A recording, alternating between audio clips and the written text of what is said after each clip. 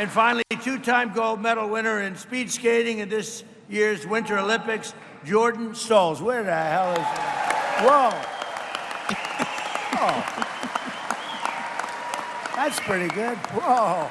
Stand up. Stand up. Yeah. USA! USA! USA!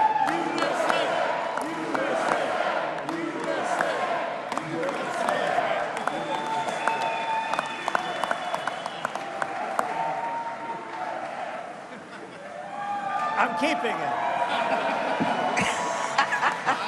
I'm keeping it, Jordan. I'm not giving it back. I'm a very good guy for keeping gold. I like gold.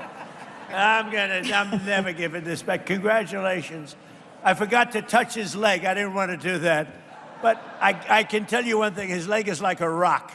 That's fantastic. 2 gold medals. Wow, that's big stuff. Thank you. It's an honor. And speaking for my other athlete up here, that's pretty good, right? 2. And you go through big competition with a lot of great athletes, right? Are you going to be doing? I think I don't care what anyone says. I think he is one of the most, not entertaining, but he is the most accessible president in our lifetime. Hello, Comanche County GOP. I'm Rarchar Tortorello, along with my good friend Sharla Hildner. Sharla, how are you doing today? Doing good. Hey, I have to say, there's something about an 80-year-old man saying "brah." There's a 50-year-old man who says that a lot, and so when you're amongst friends, that's okay to say. So there's a lot going on here in DC, and been back on my trip for a couple of days, and it just seems like I would say the jet lag just drags me, but it really doesn't. I'm really caught up on time, even though we're only one time zone away. The trips are always good. And every time, and we're at the White House, I'm at the White House, we have a lot of things going on at the Capitol. America's 250th anniversary birthday party bash is coming up next month. We have the June 16th primaries happening. Early voting starts next week, or this week actually, right? Thursday and Friday. Starts Thursday and Friday and Saturday. So the election cycle this time, the midterms, I think we're going to see heavy participation on both Republican and Democrat sides. I think it's very exciting. We have a lot of things that we talked about in the past. State question 832, the minimum wage, is going to be on the ballot on the 16th as well.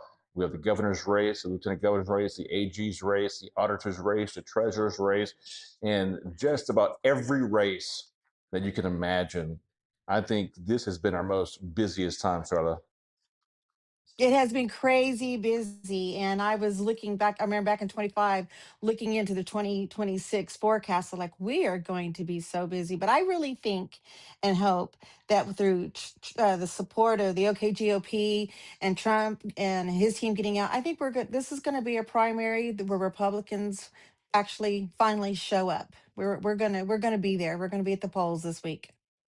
Oh, I think we're going to see the numbers this time around be astronomical, and only because I believe that this is the elephant in the room, the Trump endorsement for governor of Oklahoma, that's caused all sides, the Gettner, the McCall, the Keating, the Jake Merrick team, to get their people to get out the votes. And it's always nice to have that Trump endorsement. Look what happened in Texas. The guy's winning. He's batting 1,000, as they say in baseball. And no matter what happens, we do have great candidates running for that position. And I would say to everyone listening tonight is find the one you like. And so if that's the one you like, if Macy's the one you have always liked, vote for him. If you're a Jake Merrick fan, vote for him. Chip Keating is awesome. He'd make a great governor as long as with Charles McCall. But get out there, support your team, and what I don't like to see is this bashing back and forth. Just promote your candidates. But I will think, and I'm going to we'll look at the numbers afterwards, that this will be the the largest amount of Republican primary voters. It will exceed the last time because of the governor's race and that Trump endorsement. We're going to see people early vote more, and then get out to participate in the primary on June 16th. Sharla, do you agree or disagree? Oh, I think that this mix of governors that we have to choose from has made it really difficult to choose a candidate. I can find something that I like about in every one of them. But I think that Oklahoma is going to see the impact of conservative grassroots voters this election. I think they're really going to make a significant impact. I think their voice is finally going to be heard. And I think it's time that. I'd like for the party to finally let's shake off the dust and shake hands and let's all get together and get around a table and talk about the things that we do agree on. Because there's so much that we agree on than that what we don't. Yeah, and you know what? That's been the theme of this show and the shows is that find the 80% you agree on and stop attacking each other over the stupid 20%. There's no one, maybe with exception of God and Jesus, that we agree 100% on. But I want Republicans to put down their swords and raise their shields together and go into this election season and come out as friends. And like I said, we always can find the 80%. But what I don't like is how we treat each other over the 20%. And our goal is to bring voters and elected officials together, like on this podcast, for conversations about issues that matter the most to the county and to the state. Tonight, I think I don't think, we're pleased to welcome Oklahoma State Senator Dusty Deevers, who represents District 32, to the show tonight. We'll discuss his service. Dusty, are you with us? There you go, Dusty. How are you doing, Dusty? I'm better than I deserve. It's good to be with you guys tonight. Thank you for having me. Absolutely. So you represent Senate District 32, and we'll go into Don't the see him whole yet. thing about. He's there.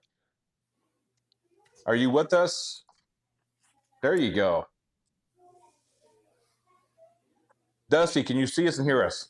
Very good. I can see you and hear you. Yes. Yeah, so he is running again for Senate District 32, and we'll discuss his service in the Oklahoma Senate, the legislation he's authored, and his work with the Freedom Caucus and the issues facing Southwest Oklahoma.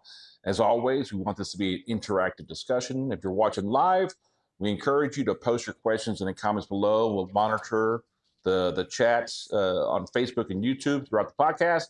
And if you have an opportunity to ask questions during the program, do ask them. I do ask that you make them intelligent. Don't come here asking, you know what I'm talking about. We don't want those type of questions. Just ask intelligent questions of the candidate, and we'll post them and he'll answer them. Before we begin, I'll turn it back over to my co-host, Sharla. Well, thank you, Rarchar. As many of you or listeners know, early voting begins with this election day rapidly approaching, and many voters are still considering the candidates and issues that will appear on their ballot. Tonight's conversation is intended to help voters make an informed decision before they cast their vote. We're joined by Senator Dusty Deevers, the current senator for District 32, and the only candidate in the Senate District 32 race to receive the Oklahoma Republican Party certification. Senator, thank you for joining us tonight. Hey, I'm honored to join you guys and looking forward to the conversation. So, for those of you listeners who may not know you, would you introduce yourself and tell us a little bit about your family, your faith, and what led you to seek public office? And I have to say, you got to talk about the grandbaby. I didn't know you were a grandfather already, so that was news to me this week. Yeah, that's she's 9 months old, and actually my son's wife is pregnant again, and they are getting Oh, ready to find out the gender of the baby. So or the sex of the baby.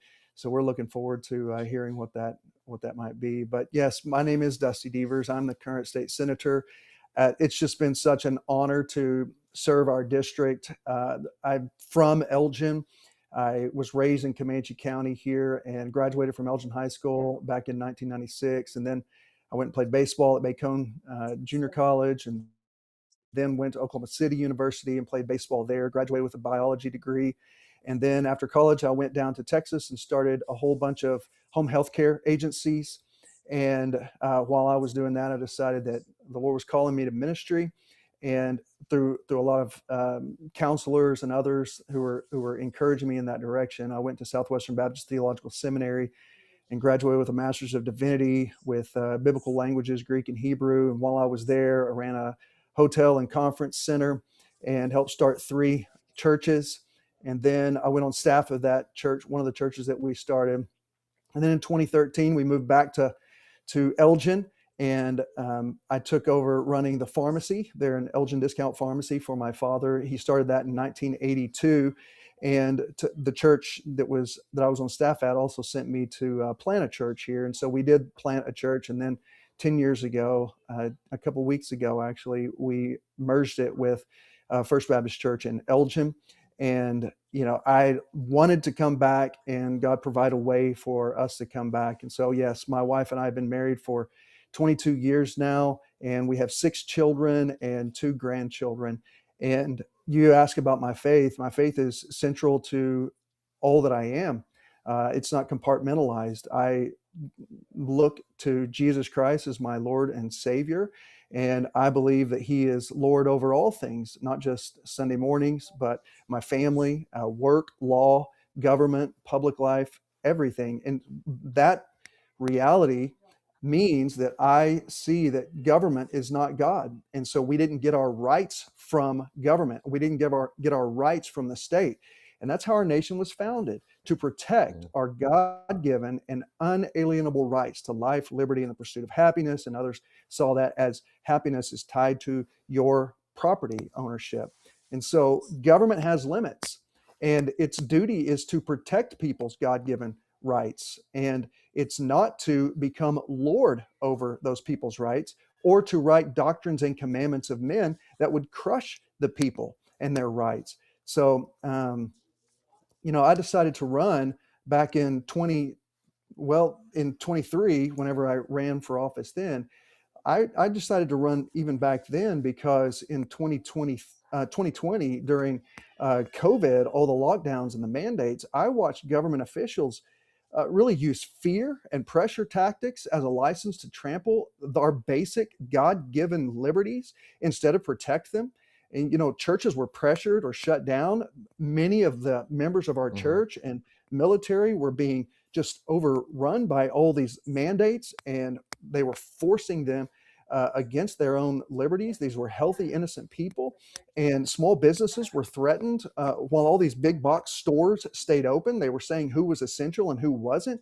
And in my estimation, every dinner table is essential. Every father is essential. Every mother is essential. And so the government didn't have the right to do that. So whenever that started happening, families were isolated, medical decisions were politicized, and people were told that they had to obey first and then ask questions later. So I began going to city council meetings and speaking out against these tyrannical decisions.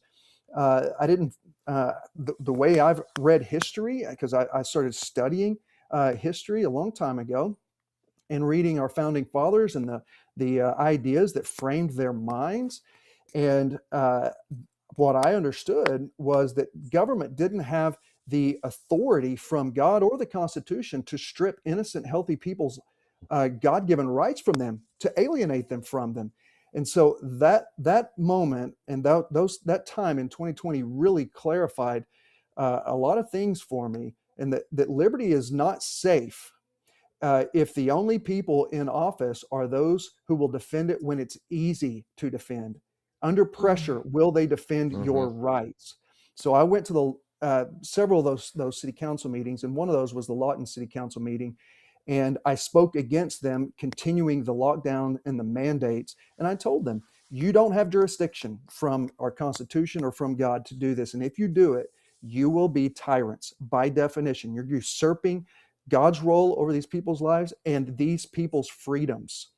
And on the other side of me was one of my opponents back in 2023, and one of my opponents now, who spoke in favor of the lockdowns and the mandates. And I'll tell you, there was a very personal effect that those lockdown and mandates had on my own family, not to mention the hundreds of thousands of others, millions of others, let's be honest. My dad had dementia, Alzheimer's, and he got really bad, and we had to have him in a facility when those lockdowns came in, that were from our local city council in Lawton. They wouldn't even let me go and see him. I had to wave at him through a window. I couldn't go in and give him the hugs and the care and the provision that he needed. My mom couldn't. And it was, I thought it was just a travesty. And it was due to tyrannical decisions, not upholding people's freedoms. If people want to wear a mask, if they wanted to get vaccinated, if they wanted to close their business down, I felt like that should have been a personal decision, not a forced mandate from the government. So that's why I ran, and I wanted to ensure, and I'm still doing the same, to ensure that Oklahoma and Southwest Oklahoma has leaders who will never again allow emergency powers to become a weapon against the people. So I didn't run to become a part of the political class. I ran to represent the people, especially when it's necessary. I That's think a I found similar that interesting. I story. didn't. Yes, but yeah, go ahead, Charlotte, and then I'll jump in. Well, I want Rashar and I both have a COVID story, and most people know I lost two brothers 4 days apart from COVID in two separate hospitals Mm, in Tulsa, and we were mm, not allowed to be by their side when we lost them. So I think that was a motivation for a lot of people, and it's a worthy motivation to get involved and pay attention to what our government's doing. Um, Rashar, you were going to add something? Now, I was going to say that a lot of politicians decided to run for office during the COVID shutdowns here mm, and around the nation. I remember, before I ran for city council in 2020, not just the COVID shutdowns, but the defunding of the police happened here in Norman, Oklahoma, Yeah, which, prompted us to create the fastest, largest growing at the time grassroots conservative movement to recall the mayor and the city council members who were up for reelection who voted to defund the police. And that's how I got my mm, start in politics. I had no intention of running for office. I retired mhm, after 20 years of being shot at and blown up and in the wars in the military in 2007, and didn't have my eyes looking at anything until we ran against the absurdity that the state can dictate that you have to shut down your business. I remember when everything was shut down. Don't forget, I was still doing work. For those that don't recall, on this show for the VA, I appealed disability claims to the VA. That was my primary job. And I had a client, a 94-year-old widow who survived everything, but she caught COVID. And this is one thing that this town and the state will have to live with for the rest of their lives. And she caught COVID from a VA nurse assistant that came to her house. And she would have survived, but they took her to the hospital. I remember this on a Friday, Thursday night. And I talked to the family, and the doctors were saying they might have to intubate her. And I said, don't tell mm, them, do not mm, put her on a breathing treatment. Um, they intubated her on a Monday, and she passed away on a Wednesday. And mm, the shame of all that was that her family, because they had to separate and create a ward, the COVID ward, was not allowed to be in the room with her. And I'm going to say with the spirit, I don't care, if we're unconscious, we do feel the spirit, we do feel our friends and family around us. But I think for the majority of the people who could not be there for their loved ones, and not be there in their final moments, is mm, something that so everyone said run. I ran. I won in a 4-man race, but never again will the state trample our freedoms by mhm, imposing restrictions on this. And I applaud everybody who ran for office because of that. On council, I was one of the guys that did not mask up. I mm, was one of the guys that did not vaccinate. Even though they said you have to wear the mask, I said, no, It's my freedom, and I refuse to do it. But that's the price we pay to live in a free society. And I have always applauded and stood behind men of character and women. Glad to have you back, Sharla. Men and women who stand by what they say when they're running for office. So, Yeah. I have a question for you. So we see a lot of folks, and look, this is a conservative show. This is a Republican show. When you're running for office, Amen. I can say that what I've seen so far of you, when you are knocking doors saying, I'm running for District 32, right? And basically, when you won that seat, I don't think you've gone back where people say, well, he ran on this position, but now he's not. He's not following through. So for me, I hate when our side does that. We have we call them rhinos. But for you, is this a values thing that made you do this? Were you like this before you became a state senator? And I know I'm going into Sharla's area here, because did you change when you got into office? Did you, when you ran the first time and you're running again, are you going to stay who you are for as long as the people of that county keep putting their support behind you? Good question. Yeah, that's a really good question. And here's what I did whenever I first ran. I told people what I believed. If they ask me a question, I'm going to shoot them straight. And if they want to elect me based on what I believe and what I say I was going to do, then so be it. They would elect me. If they didn't want to, then they wouldn't elect me. But I was not going to bait and switch anyone. I was not going to the Capitol because I wanted fame, I wanted status, I wanted wealth. I didn't want anything from the Capitol except to take up to the Capitol the rights and to protect the rights and freedoms of our people.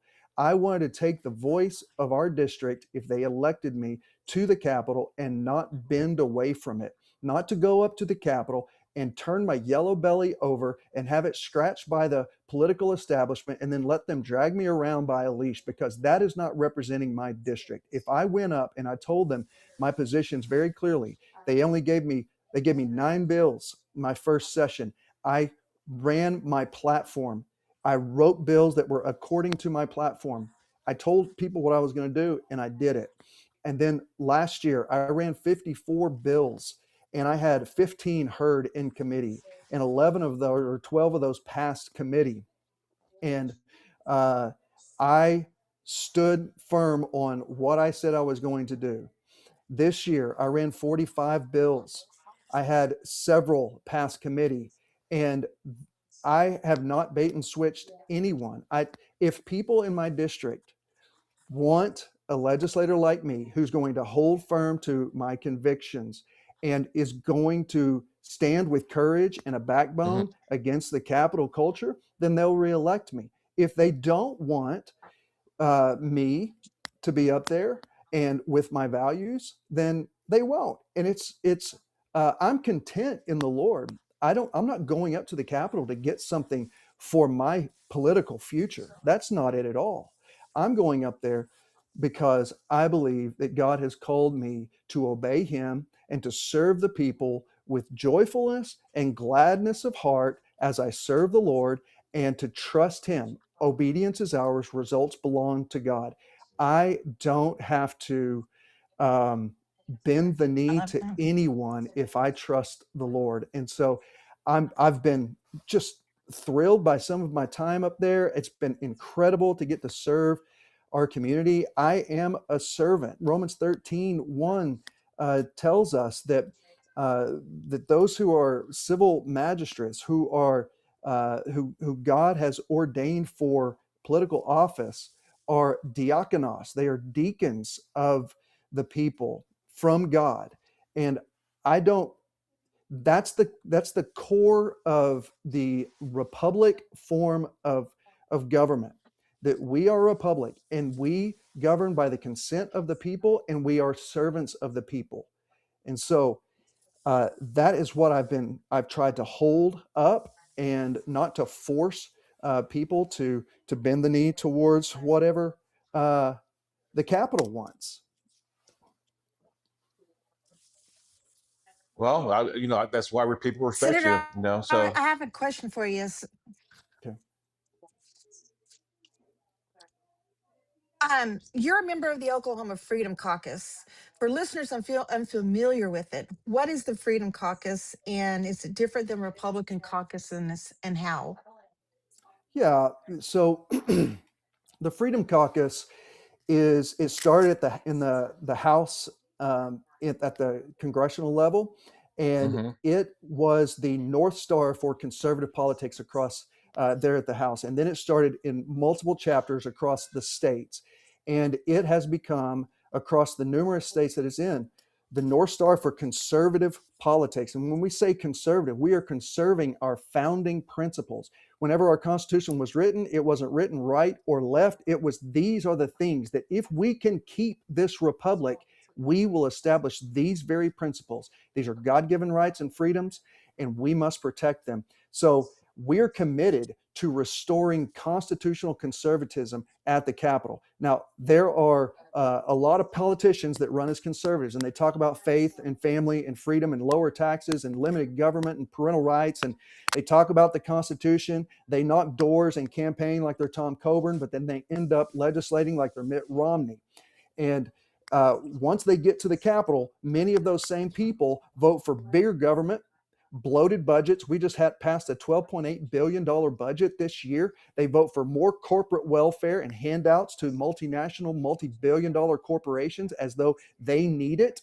And our middle class and our small businesses don't get those handouts. They vote for weak social policy and more centralized control. And the Freedom Caucus exists to hold that line. We fight for limited government, for lower taxes, for parental rights and sanctity of human life and Second Amendment rights and religious liberty and budget transparency. We expose whenever there's more spending, whenever there should be more cuts, to administrative bloat. We stand for agency accountability and state sovereignty, states' powers according to the 10th Amendment, and the protection of the common man against the political machine. So at its best, the Freedom Caucus is a voice for the people who do not have lobbyists. We are functionally the lobbyist, the voice for the common man, the farmer, the rancher, the small business owner, the parents, the taxpayer, the teacher in the classroom, the family who's trying to pay the bills. Those people, the people that you and I know so well, those people need someone inside the Capitol who's willing to say, no, the government doesn't get to keep taking more and spending more and regulating more and hiding more and calling it conservative. So we're there to force the hard conversations and the hard questions and to let the people know what's happening inside their Capitol and oftentimes behind closed doors. And so we have to ask those questions. Does it grow government? Does it violate liberty? Who pays for it? Who benefits from it? Is it constitutional? Does this serve the people or insiders? And the Freedom Caucus is not there at the Capitol to make the Capitol comfortable, to make lobbyists comfortable. It's there to make the Capitol accountable to we the people. Good question. I got to ask you. So there was a petition. I think it's still being circulated. And for those of you who know, we are live tonight. I am broadcasting directly from Shea Kish.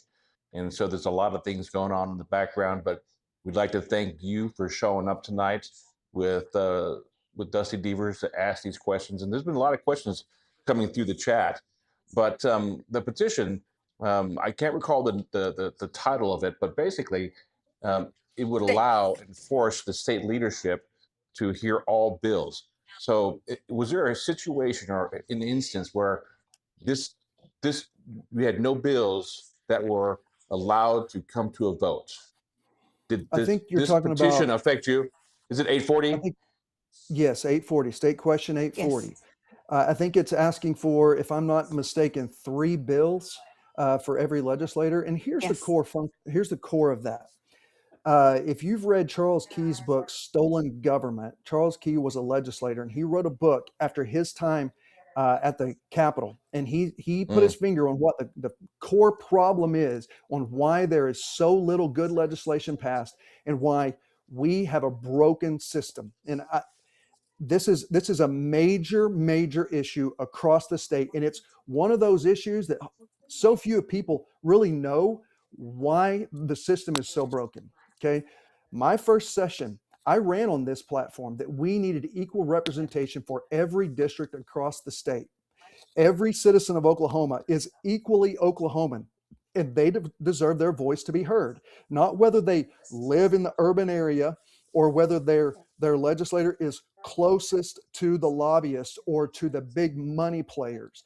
That doesn't make you qualified for your voice to be heard. You are a citizen. You are a voter. You are qualified to have your voice heard. And when you go vote, you do so as a constitutional republic. You have representative forms. So you go vote, you elect leaders who then take your voice to the Capitol. But whenever you get to the Capitol, it functions as an oligarchy. And here's what I mean. The oligarchy is another term for mob rule or the power of a few. It's not a republic form. It's not even a democracy.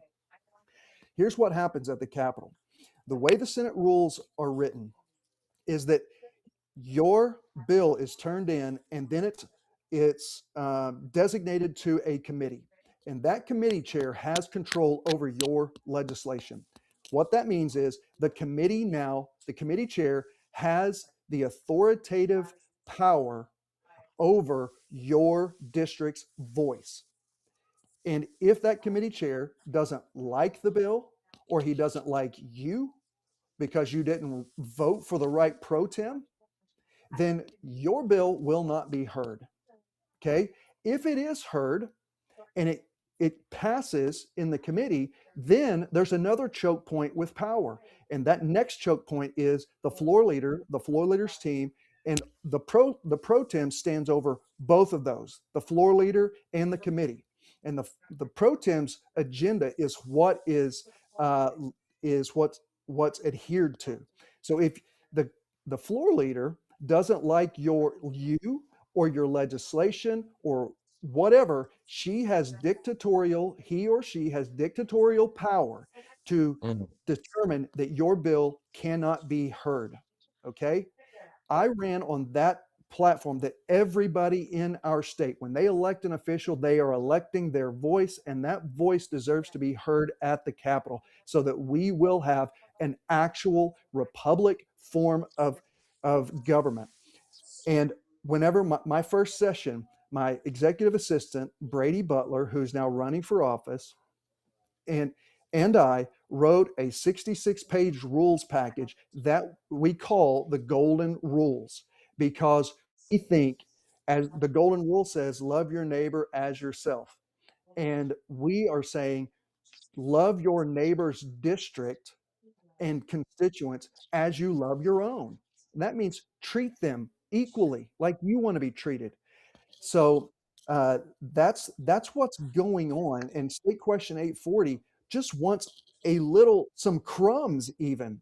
But my position was that every citizen deserves to have their elected voice to be heard, and we need to stop muzzling the districts across our state because we didn't vote for the pro tem, or they don't like that we expose what's happening at the Capitol and how the lobbyists have so much power and have these multinational corporations have so much power. That's got changed. Well, I do hope they get enough signatures. I don't know where that's at in the process, but before, I think Sharla has another question on the Freedom Caucus. But before we switch back to that question, why do you think an oligarch? I smirk when you use that word, but why does a system exist at the state capitol to necessitate a state question to basically force the leadership to allow all the bills heard? I mean, it seems counterintuitive as a representative to your county, to the state, that some people may be put on a shelf for some reason. So you don't have to say it, but why do we need to have a state question that would tell the leadership to do what I think most Oklahomans would agree is common sense? let everyone have their bills be heard? Yeah, I think there's a few reasons. Number one, when the people and their voices are muzzled, then the people have a duty, because government serves at the consent of the governed, the people have a duty to go and take action. And this is an actionable step for them to say, we want to pass a state question, we want to get it on the ballot, and we want to vote whether we can have at least 3 bills heard in committee. Now, when they're heard in committee, vote them up or vote them down. But they are saying, at least let us have a voice and stop muzzling us through your oligarchy, through your dictatorship. That's one reason, because the people are fed up and they recognize that there is a power structure and they ain't in it. And number two, because the Senate has not voted to change the rules.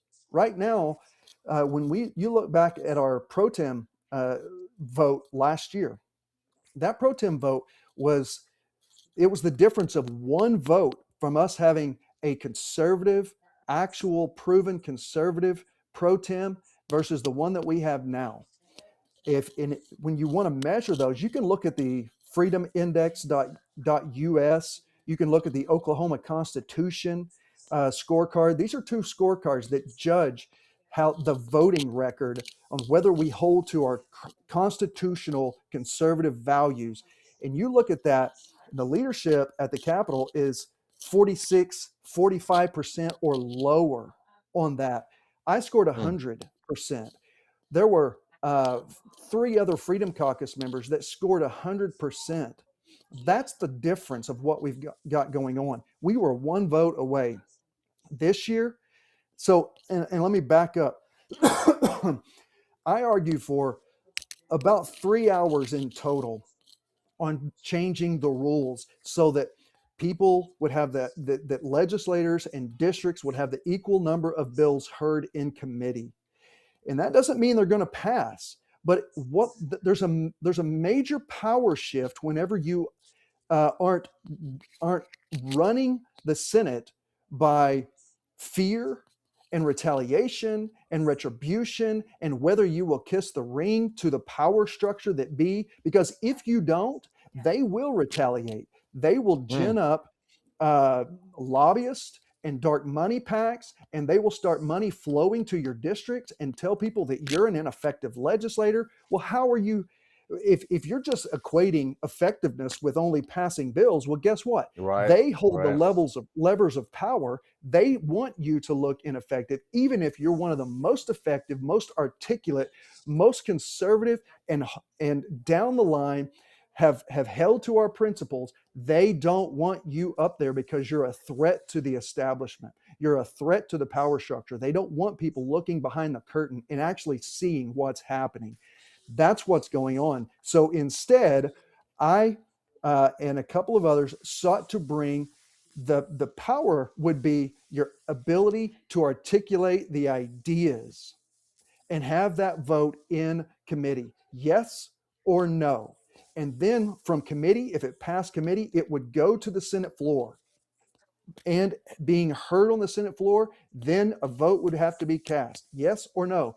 And the Democrats, this might be fascinating to some people, but in 2 different interviews, big media interviews, one of the Democrats said, if Dusty Deevers was in charge of the Senate, it would be far more fair. Even a Democrat said that. And they know I've got a 100% conservative rating. One of the others, the minority leader, said in an interview that if the Freedom Caucus was in charge of the Senate, it would be far more fair. And that's not because we're ideologically aligned. It's not. But we believe that the voice of the people needs to be heard. That's where we stand. I would agree that everybody's voice needs to be heard. Sharla has a question about your opponent. I'll let Sharla ask that question. I don't have a question about his opponent, but I want to, yeah, this This is Dr. Jean Hauser, who is actually running for Senate District 32. And she is promoting herself as a conservative constitutional Christian. But I just think that this photo says a whole lot. And so they say a picture is worth 1,000 words, and that says a whole lot to real Republicans who are watching and paying attention to what's going on. I want to talk a little bit about State Question 840. They are collecting signatures right now, and I do believe that the Senate Bill 1027 that was passed last year falls into play with this, where they have to get a balance of signatures around the different counties. Comanche County is going to be going around next week collecting those signatures. This is a bipartisan um, opportunity, because it will give, like Senator Deevers says, all parties, that any legislator that is gone up to the state, it gives them a minimum of 3 bills to be heard, and not shut down just because of who you are, what you are, what party you stand for. So I think it's something that we all should pay attention to. Um, Before we move off of the Freedom Caucus, and you may have already addressed it, but I want to kind of maybe refocus on that. What is a misconception that you think that people have of the Oklahoma Freedom Caucus? I know in my position, Senator, that it has come up in conversations in circles in our county with other Republicans.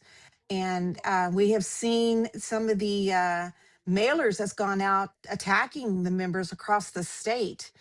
And so, what is, if I'm sitting here and I've never heard of it before and I don't understand it, what is a misconception that you'd like to clear up?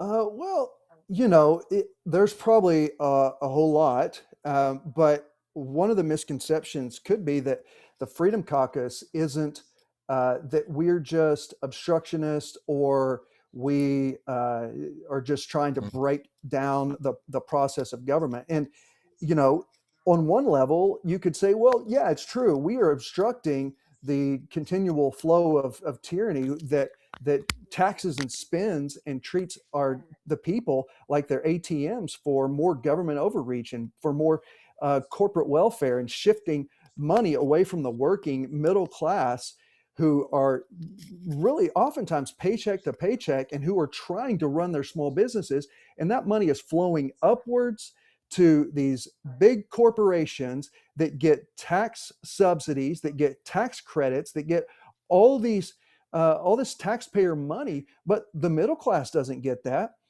My position is, look, I want to stand in the gap for the people. This is called, so if you look back to the Magdeburg Confession of 1550, and they talked about then the doctrine of the lesser magistrates, that there was such a thing as interposition, that you stand between a higher power and the people, and you interpose, like Jesus interposed his own blood on our behalf before God. We as legislators are supposed to stand according to the Constitution and for the rights of the people, and interpose between a tyrant above them and the people, and step in.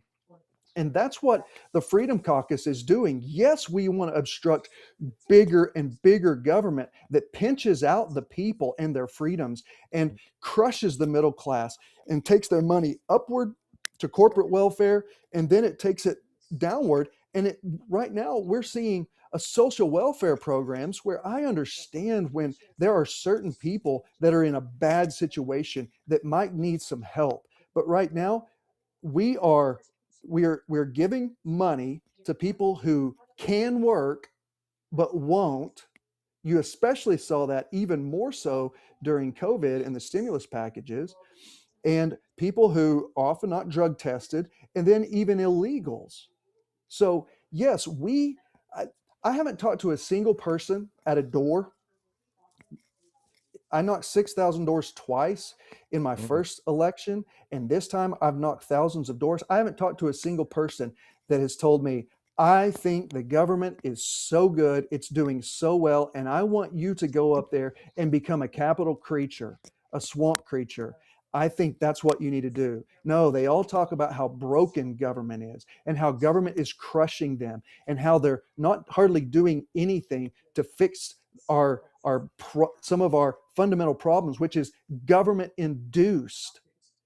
So they want someone who is going to obstruct the continued overreach and the crushing of our freedoms. And that's, they say, well, you can't, the Freedom Caucus is just loud and obstructive or whatever, and they can't get anything done. Let me give you an example. This was a lie that was said the other night in what was billed as a debate, but it became a forum and then taking pot shots at me. And I didn't get really the opportunity to respond. But one of the lies that was said that the Freedom Caucus hasn't passed a single bill in committee. Well, that's just absolutely not true. I passed 5 or 6 bills in committee this year. And that's not to mention the numerous other Freedom Caucus members who had a lot of bills pass committee. We had bills pass committee. We had bills pass the floor. But this is the example I want to give you about the problem that we have in the Senate. Not only are they blocking legislation and acting like dictators and tyrants, and the Freedom Caucus is calling them out on it, but there were 7 Democrats, and they all scored less than 40% on those Freedom Index scores. There were 7 Democrats that had 18 bills heard on the Senate floor.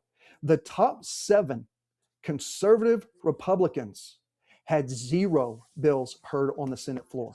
Now, do you think that that's because we who have scored at 90% or plus on those conservative index scores, that we are not running conservative legislation and that the Democrats are running more conservative legislation? That's not what it's about.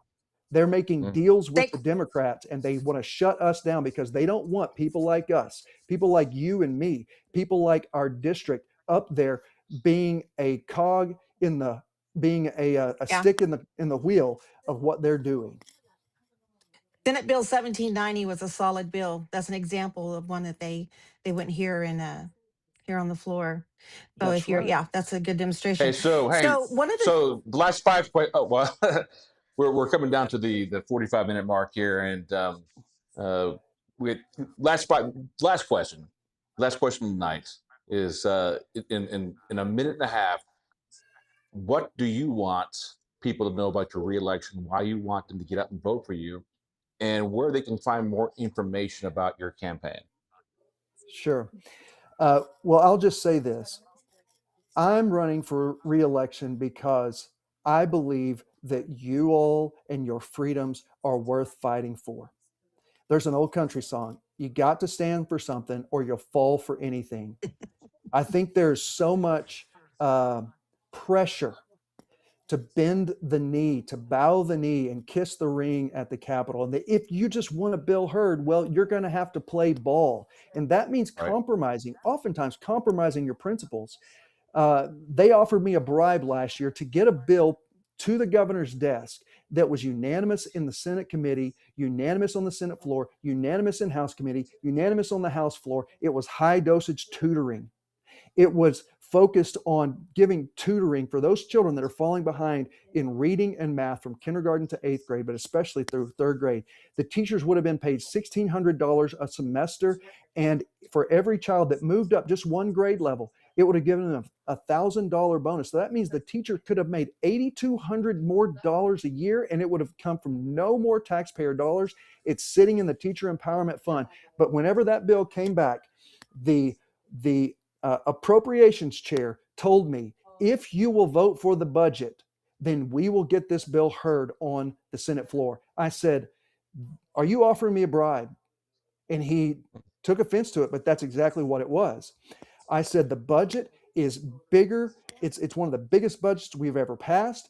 I've given you numerous line items where we should be cutting the budget so that we can actually give meaningful property tax reform, meaningful income tax reform, and not this path to zero that's going to take 30 to infinite number of years because the mechanisms they put in. I said, I'm not signing the budget because it's more bloat. We are conservatives and we aren't trying to grow government. And then he said, you have forced the conversation to change up here. Now everybody's talking about property taxes and income taxes and how they're unjust because they're theft from the people's wages, and that they own those, and property that the government shouldn't own their property. You're not an owner if that. You're changing the conversation. You getting everything you want. I said, no, I'm not going to be bought. I'm not going to take a bribe. And then what else is the problem is you are the only no vote on this bill. And if there's one person out of this bill being voted on a couple hundred times, then one person can say whether that bill is going to be heard. That's another reason why I came up here to fight against this. That's a tyranny. And that's why they didn't want my bill to get heard. You know what? About 5 of those bills were filed this year with almost the exact same language that I ran last year. I'm going up because I want to continue fighting for the rights and privileges of our citizens. My first term proved something that was very clear. Oklahoma's problem is not just one bad bill, one bad budget, or one bad agency. The problem is structural. There's too much power that's moved away from the people towards agencies and lobbyists and big money corporate interests and special interests and centralized leadership. And this is exactly what the founders feared and warned us about, that the government would become a leviathan. So my reelection campaign is about restoring power back to where it belongs. It's back to parents, to taxpayers, to property owners, to local communities, to citizens, and back to even the legislators who should represent their districts instead of being managed by leadership and that oligarchy that's up there. So the work ahead, I think, is really specific. Zero income tax, property tax repeal and buy down triggers, spending caps and agency audits, corporate welfare repeal, education reform that's focused on literacy and tutoring and discipline in the classrooms that the teachers are begging for, and the parental rights and local teacher licensure, and the abolition of abortion and pornography and protection for children from porn and obscenities, and Oklahoma's businesses and workers being put first rather than us outsourcing all of our jobs and our businesses overseas and to all these other foreign workers. We have to have Senate rules reform, and we have to bring in those protections and really protect the rights that already exist that are from God for ranchers and farmers and water and energy and local control. So look, there are just a few of us. Let me just say this. We are a couple senators away. If we retain my seat and we flip a couple of other senators to an actual conservative legislator, we are a couple senators away from a conservative pro tem. And when that happens, it will be a new day for freedom in our state. So I'm not trying to be more acceptable to the Capitol. I'm trying to make the Capitol more acceptable to the people. We have to represent the people. As government expands, our freedoms contract. And I don't want to see the God-given freedoms alienated from our people. I love being from here. I am concerned for our children and their future. I'm concerned for the seniors that are getting priced out of their homes because their property taxes and insurance rates are just skyrocketing. Most of them even own their homes, and they want to give them as an inheritance to their children, but they can't keep up. And we have young people who are not even able to get into a house because of what's happened. We can fix those things, and we need to stand up with a strong, conservative, Christian backbone and say no more. This is not about electing who you think is the nicest person. It's about electing who is proven, who is articulate, can defend our values, and will stand on the Constitution and the Word of God and not cower away and not be bought by the establishment. There you have it, Senator. Before we go, Dusty Deevers. Go ahead. Okay, we gotta go. We have a question. You're gonna have to give it the cliff notes on it. I came in the chat, and I don't understand what all this means, so maybe you will. But it's one question I think that we should ask because it was really the only question. What is your stance on the unconstitutionality of how the admin court system has been closing so many legal businesses in Oklahoma through the OBNDD and framing legal MMJ business as criminals to inflate the numbers and make themselves look better? They're using a shotgun approach, and Many good operators are being wrapped in it. These are Oklahoma small businesses. Oh, that's an interesting question. There's a lot there. Can you read back? So the How about I forward it to you? And you, Yeah, I what can is forward what it to is you, and yeah? you could. What is OBND. that? Just give us we the show needs to end now, but give us the high executive level of OB and DD and the free Okay. the framing of the legal MMA businesses as criminals to inflate the numbers and to make themselves look good. And we'll forward this to you so you can come on next time. But can you give us the high level executive answer to that question? So OBNDD is the Oklahoma Bureau of Narcotics and Dangerous Drugs, and its role is drug law enforcement, and especially like trafficking, manufacturing, and major suppliers. But it also has a role over the medical marijuana, OMMA.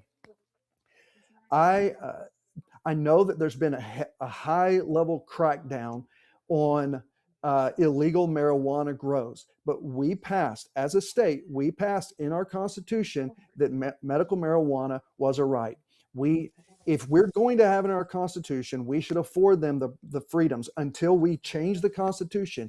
The people who are doing it lawfully, they have been afforded the rights and privileges to do this lawfully. So we have to abide by the law, and we shouldn't just make criminals out of people just because we might not like what they're doing. If it's according to the law, then they shouldn't be lumped in with the actual criminals, and there are a ton of them in the marijuana field in Oklahoma.